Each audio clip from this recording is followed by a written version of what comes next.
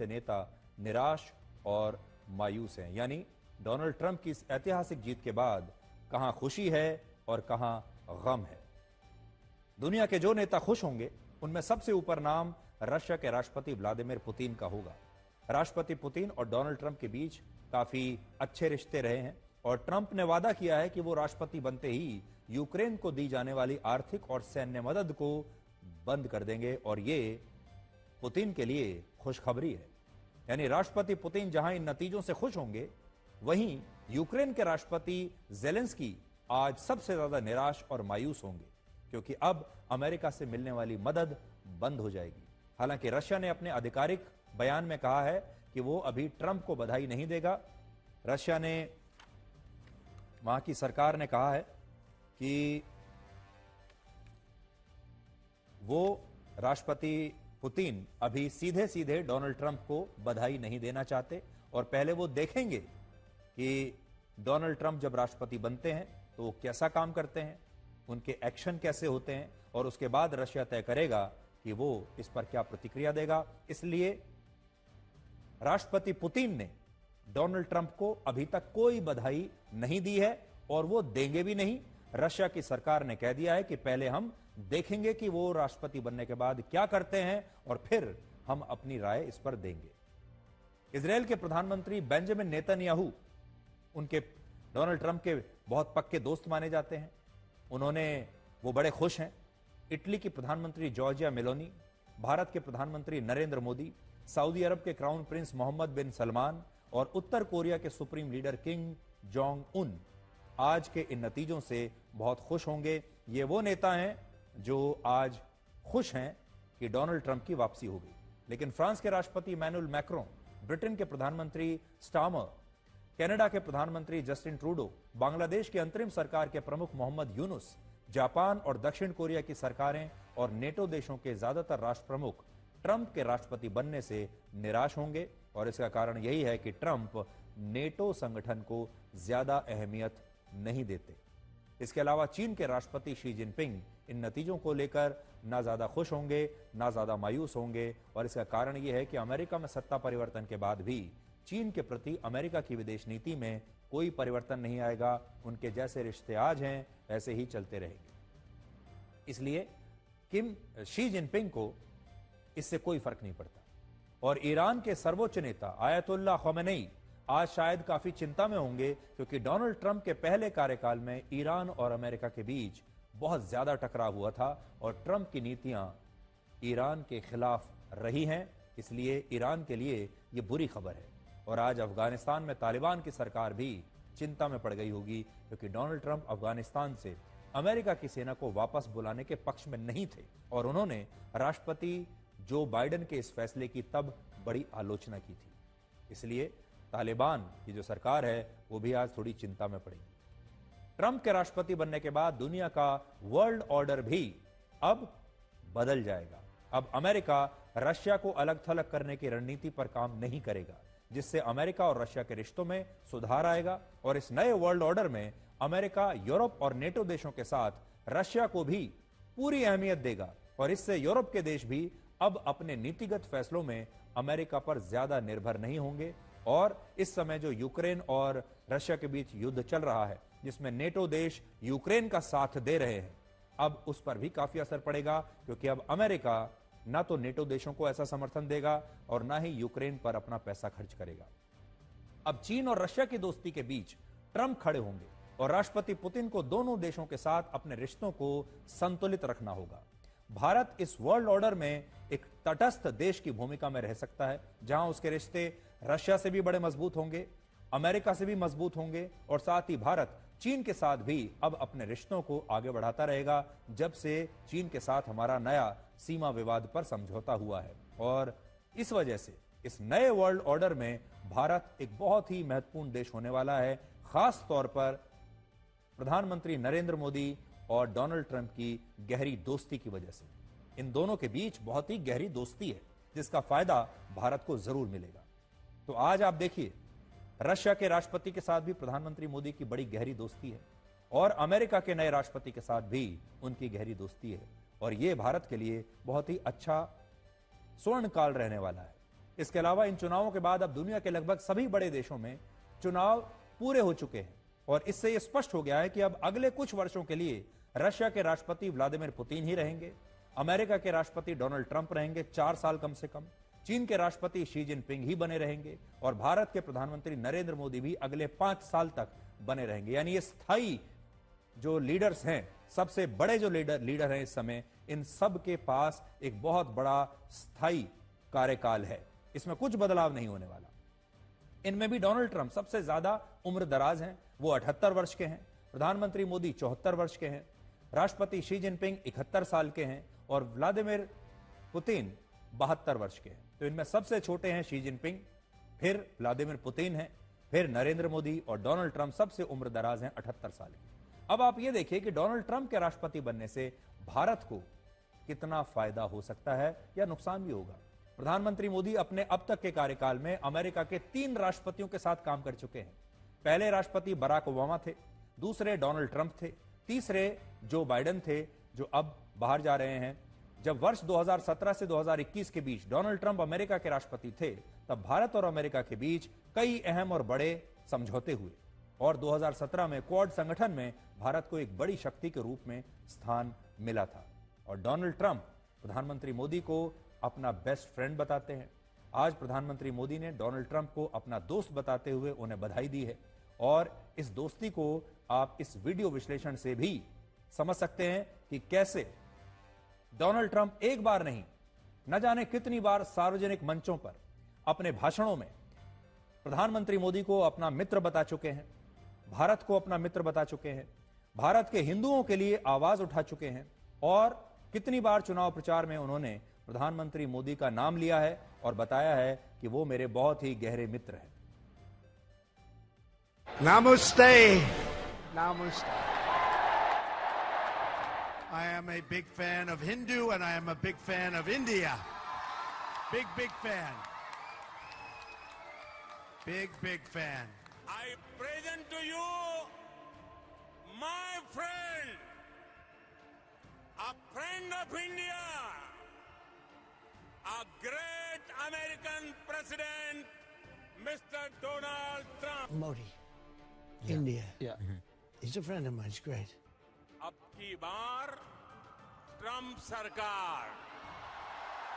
Bharat and America, sabse अच्छी दोस्त। नमस्ते ट्रंप, नमस्ते Trump. My true friend, Prime Minister Modi.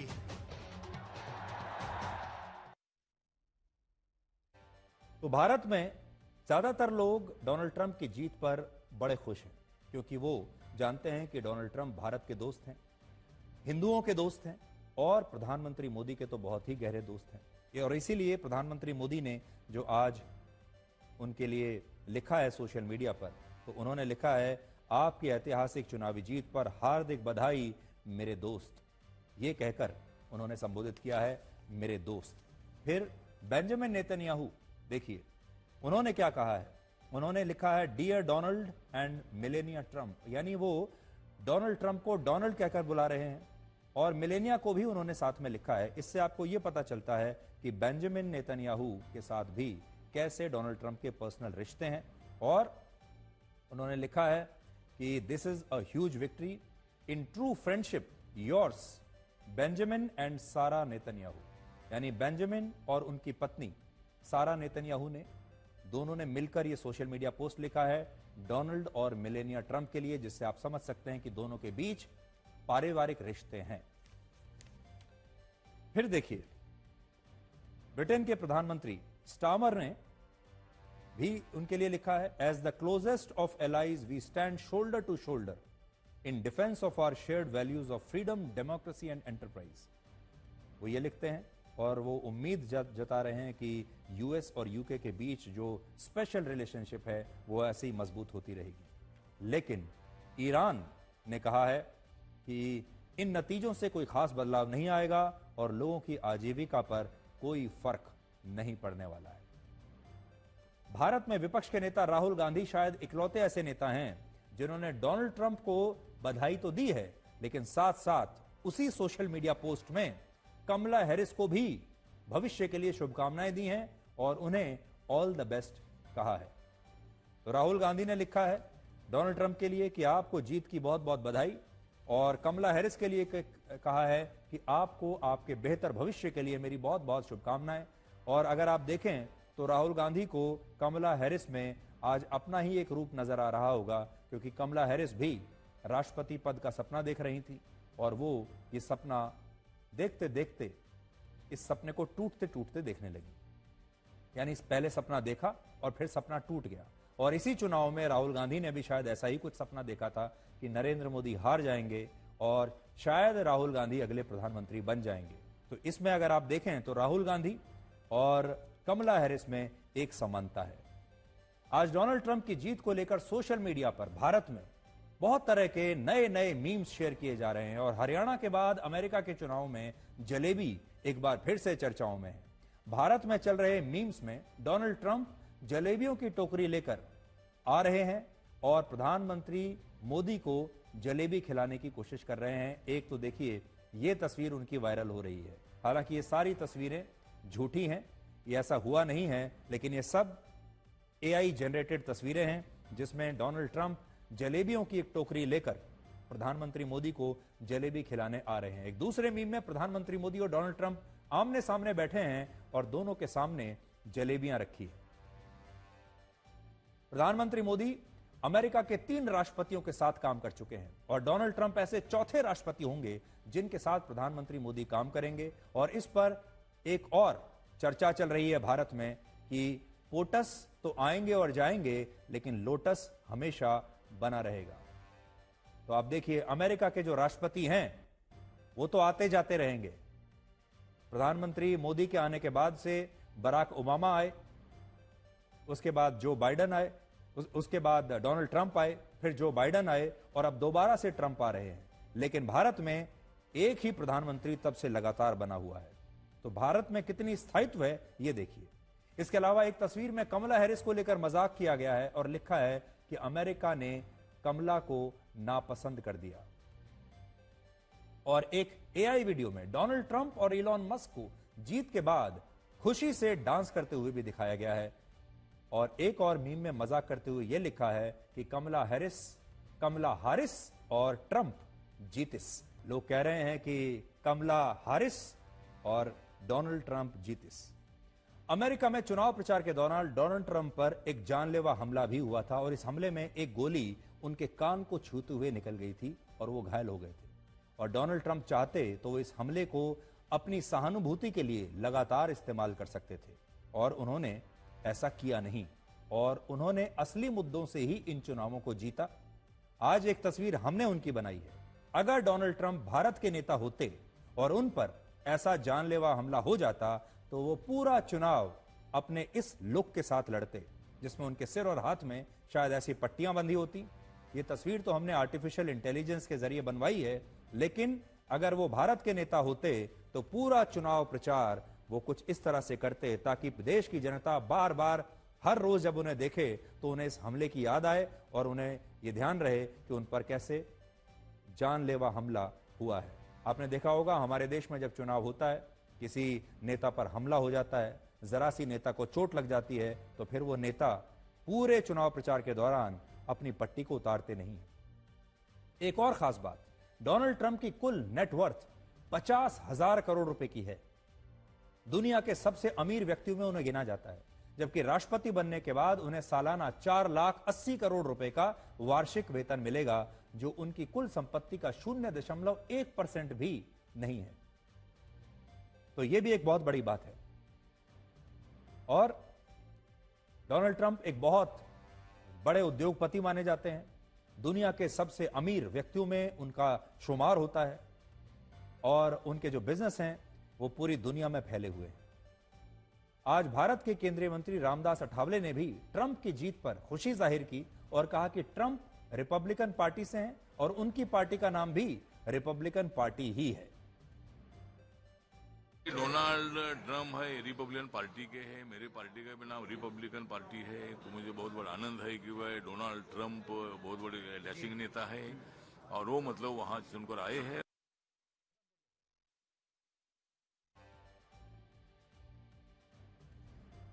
तो भारत के लिए इसमें शुभ समाचार ही है, क्योंकि डोनाल्ड ट्रंप और प्रधानमंत्री मोदी की दोस्ती बहुत गहरी रही है और डोनाल्ड ट्रंप के दोबारा राष्ट्रपति बनने के बाद अब ये दोस्ती और गहरी होगी। भारत और अमेरिका के बीच रिश्ते और ज्यादा मजबूत होंगे और भारत को अंतर्राष्ट्रीय स्तर पर अमेरिका से पहले से कहीं ज्यादा मदद मिलेगी, पहले से कहीं ज्यादा समर्थन मिलेगा। तो अब आप ये देखिए कि डोनाल्ड ट्रंप के राष्ट्रपति बनने से दुनिया के कौन कौन से नेता खुश हैं और कौन कौन से नेता निराश और मायूस हैं। यानी डोनाल्ड ट्रंप की इस ऐतिहासिक जीत के बाद कहां खुशी है और कहां गम है। दुनिया के जो नेता खुश होंगे उनमें सबसे ऊपर नाम रशिया के राष्ट्रपति व्लादिमीर पुतिन का होगा। राष्ट्रपति पुतिन और डोनाल्ड ट्रंप के बीच काफी अच्छे रिश्ते रहे हैं और ट्रंप ने वादा किया है कि वो राष्ट्रपति बनते ही यूक्रेन को दी जाने वाली आर्थिक और सैन्य मदद को बंद कर देंगे और ये पुतिन के लिए खुशखबरी है। यानी राष्ट्रपति पुतिन जहां इन नतीजों से खुश होंगे, वहीं यूक्रेन के राष्ट्रपति जेलेंस्की आज सबसे ज्यादा निराश और मायूस होंगे, क्योंकि अब अमेरिका से मिलने वाली मदद बंद हो जाएगी। हालांकि रशिया ने अपने आधिकारिक बयान में कहा है कि वो अभी ट्रंप को बधाई नहीं देगा। रशिया ने, वहां की सरकार ने कहा है कि वो राष्ट्रपति पुतिन अभी सीधे सीधे डोनाल्ड ट्रंप को बधाई नहीं देना चाहते और पहले वो देखेंगे कि डोनाल्ड ट्रंप जब राष्ट्रपति बनते हैं तो वो कैसा काम करते हैं, उनके एक्शन कैसे होते हैं और उसके बाद रशिया तय करेगा कि वो इस पर क्या प्रतिक्रिया देगा। इसलिए राष्ट्रपति पुतिन ने डोनाल्ड ट्रंप को अभी तक कोई बधाई नहीं दी है और वो देंगे भी नहीं। रशिया की सरकार ने कह दिया है कि पहले हम देखेंगे कि वो राष्ट्रपति बनने के बाद क्या करते हैं और फिर हम अपनी राय इस पर देंगे। इजराइल के प्रधानमंत्री बेंजामिन नेतन्याहू उनके डोनाल्ड ट्रंप के बहुत पक्के दोस्त माने जाते हैं। वो बड़े खुश हैं। इटली की प्रधानमंत्री जॉर्जिया मेलोनी, भारत के प्रधानमंत्री नरेंद्र मोदी, सऊदी अरब के क्राउन प्रिंस मोहम्मद बिन सलमान और उत्तर कोरिया के supreme leader Kim Jong Un आज के इन नतीजों से बहुत खुश होंगे। ये वो नेता हैं जो आज खुश हैं कि डोनाल्ड ट्रंप की वापसी होगी। लेकिन फ्रांस के राष्ट्रपति इमैनुअल मैक्रों, ब्रिटेन के प्रधानमंत्री स्टामर, कनाडा के प्रधानमंत्री जस्टिन ट्रूडो, बांग्लादेश की अंतरिम सरकार के प्रमुख मोहम्मद यूनुस, जापान और दक्षिण कोरिया की सरकारें और नेटो देशों के ज्यादातर राष्ट्र प्रमुख ट्रंप के राष्ट्रपति बनने से निराश होंगे और इसका कारण यही है कि ट्रंप नेटो संगठन को ज्यादा अहमियत नहीं देते। इसके अलावा चीन के राष्ट्रपति शी जिनपिंग इन नतीजों को लेकर ना ज्यादा खुश होंगे ना ज्यादा मायूस होंगे और इसका कारण यह है कि अमेरिका में सत्ता परिवर्तन के बाद भी चीन के प्रति अमेरिका की विदेश नीति में कोई परिवर्तन नहीं आएगा। उनके जैसे रिश्ते आज हैं ऐसे ही चलते रहेंगे। इसलिए शी जिनपिंग को इससे कोई फर्क नहीं पड़ता। और ईरान के सर्वोच्च नेता आयतुल्ला खमेनी आज शायद काफी चिंता में होंगे, क्योंकि डोनाल्ड ट्रंप के पहले कार्यकाल में ईरान और अमेरिका के बीच बहुत ज्यादा टकराव हुआ था और ट्रंप की नीतियां ईरान के खिलाफ रही हैं। इसलिए ईरान के लिए यह बुरी खबर है।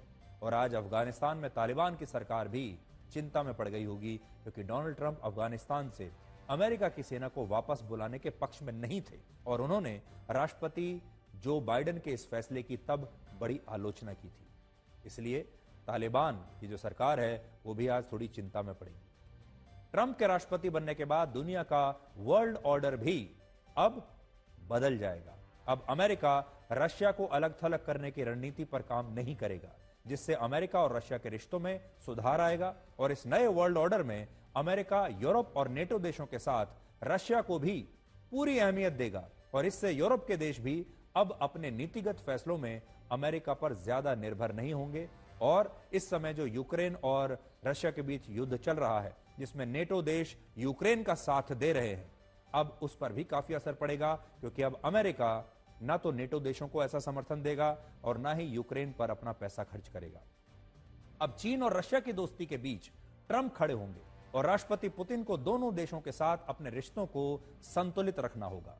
भारत इस वर्ल्ड ऑर्डर में एक तटस्थ देश की भूमिका में रह सकता है, जहां उसके रिश्ते रशिया से भी बड़े मजबूत होंगे, अमेरिका से भी मजबूत होंगे और साथ ही भारत चीन के साथ भी अब अपने रिश्तों को आगे बढ़ाता रहेगा, जब से चीन के साथ हमारा नया सीमा विवाद पर समझौता हुआ है। और इस वजह से इस नए वर्ल्ड ऑर्डर में भारत एक बहुत ही महत्वपूर्ण देश होने वाला है, खास तौर पर प्रधानमंत्री नरेंद्र मोदी और डोनाल्ड ट्रंप की गहरी दोस्ती की वजह से। इन दोनों के बीच बहुत ही गहरी दोस्ती है, जिसका फायदा भारत को जरूर मिलेगा।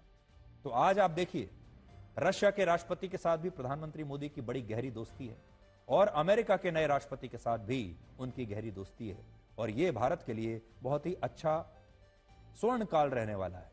इसके अलावा इन चुनावों के बाद अब दुनिया के लगभग सभी बड़े देशों में चुनाव पूरे हो चुके हैं और इससे यह स्पष्ट हो गया है कि अब अगले कुछ वर्षों के लिए रशिया के राष्ट्रपति व्लादिमीर पुतिन ही रहेंगे, अमेरिका के राष्ट्रपति डोनाल्ड ट्रंप रहेंगे 4 साल कम से कम, चीन के राष्ट्रपति शी जिनपिंग ही बने रहेंगे और भारत के प्रधानमंत्री नरेंद्र मोदी भी अगले 5 साल तक बने रहेंगे। यानी ये स्थायी जो लीडर्स हैं, सबसे बड़े जो लीडर हैं इस समय, इन सब के पास एक बहुत बड़ा स्थायी कार्यकाल है, इसमें कुछ बदलाव नहीं होने वाला।